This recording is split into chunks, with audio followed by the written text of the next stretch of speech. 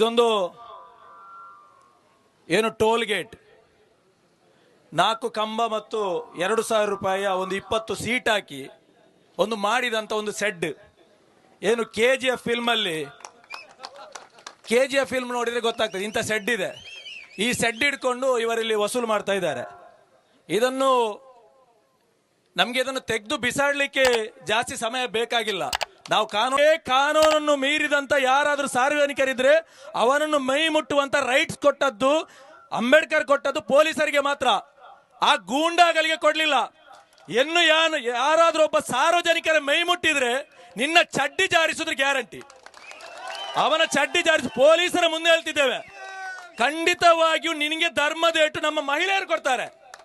ಯಾವನೊಬ್ಬ ಗೂಂಡಾಗಲು ಇಲ್ಲಿ ಸಾರ್ವಜನಿಕರು ಕುಟುಂಬ ಸಮೇತರಾಗಿ ಅಲ್ಲಿ ಬರುವಂತ ಸಂದರ್ಭದಲ್ಲಿ ಅವರ ಮೈ ಮೇಲೆ ಕೈ ಹಾಕುವಂತ ಕೆಲಸಗಳನ್ನು ಯಾರೋ ಗೂಂಡಾಗಲು ಮಾಡ್ತಾ ಇದ್ದಾರೆ.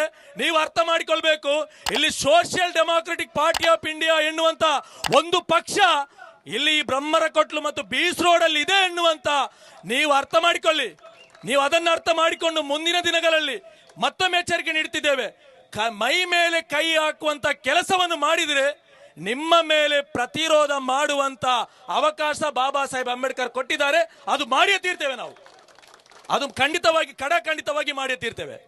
ಒಂದು ಅವೈಜ್ಞಾನಿಕವಾದಂತ ಒಂದು ಸೆಡ್ ಅನ್ನು ಕಟ್ಟಿ ನಮ್ಮ ಇಲ್ಲಿರುವಂತಹ ಕಾಂಗ್ರೆಸ್, ಬಿಜೆಪಿ, JDS ಇನ್ನಿತರ ಪಕ್ಷದವರಿಗೆ ಕಮಿಷನ್ ಕೊಟ್ಟು ಅವರಿಲ್ಲಿ ಟೋಲ್ ಗೇಟ್ ನಡೆಸ್ತಿದ್ದಾರೆ. ಎಂತ ಅವೈಜ್ಞಾನಿಕ ಅಂತ ಹೇಳಿದ್ರೆ, ಬೀಚ್ ರೋಡ್ ನಿಂದ ಒಬ್ಬ ಸಾಮಾನ್ಯ ಲೋಕಲ್ ಅವನ ತುಂಬೆಗೆ ಅವನ ಹೆಂಡತಿ ಮನೆಗೆ ಹೋಗ್ಬೇಕಾದ್ರೆ ಟೋಲ್ ಕೊಟ್ಟು ಹೋಗ್ಬೇಕು. ಅಂತ ಪರಿಸ್ಥಿತಿಯಲ್ಲಿ ಟೋಲ್ ಇದೆ ಇಲ್ಲಿ.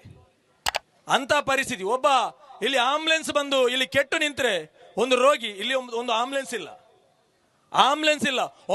ಒಬ್ಬ ಮಹಿಳೆಯರು ಕುಟುಂಬ ಸಮೇತರಿಗೆ ಎಲ್ಲಿಗೆ ಇಲ್ಲಿ ಧರ್ಮಸ್ಥಳಕ್ಕೆ ಬರ್ತಾರೆ, ಬೀಚ್ಗೆ ಬರ್ತಾರೆ, ಜೋರಾಗಿ ಮೂತ್ರ ಅಥವಾ ಮಲ ವಿಸರ್ಜನೆ ಮಾಡಲಿಕ್ಕೆ ಬಂತು. ಇಲ್ಲಿ ಮಲ ವಿಸರ್ಜನೆ ಮಾಡಲಿಕ್ಕೆ ಅವಕಾಶ ಇಲ್ಲ, ಎಲ್ಲಾದರೂ ರಸ್ತೆ ಬದಿಯಲ್ಲಿ ಮಲ ವಿಸರ್ಜನೆ ಮಾಡಬೇಕು. ಅಂತ ಸ್ವಚ್ಛ ಭಾರತ್ ಎನ್ನುವಂತ ಸಂಕಲ್ಪ ಮಾಡಿದಂತ ಕೇಂದ್ರ ಸರ್ಕಾರದ ಅಂಡರಲ್ಲಿರುವಂತ ಟೋಲ್ ಗೇಟ್, ಅಂತ ಟೋಲ್ ಗೇಟ್ ಇಟ್ಕೊಂಡು ಇವತ್ತು ವಸೂಲಿ ಮಾಡ್ತಾ ಇದ್ದಾರೆ, ದಂಧೆ ಮಾಡ್ತಾ ಇದ್ದಾರೆ. ಬಂಧುಗಳೇ, ಇವತ್ತು ನಮ್ಮ ಬೇಡಿಕೆ ಇದೆ, ಬಹಳಷ್ಟು ಬೇಡಿಕೆಗಳನ್ನು ಇಟ್ಟು ಈ ಹೋರಾಟ ನಾವು ಮಾಡ್ತಾ ಇದ್ದೇವೆ. ಈ ಬೇಡಿಕೆ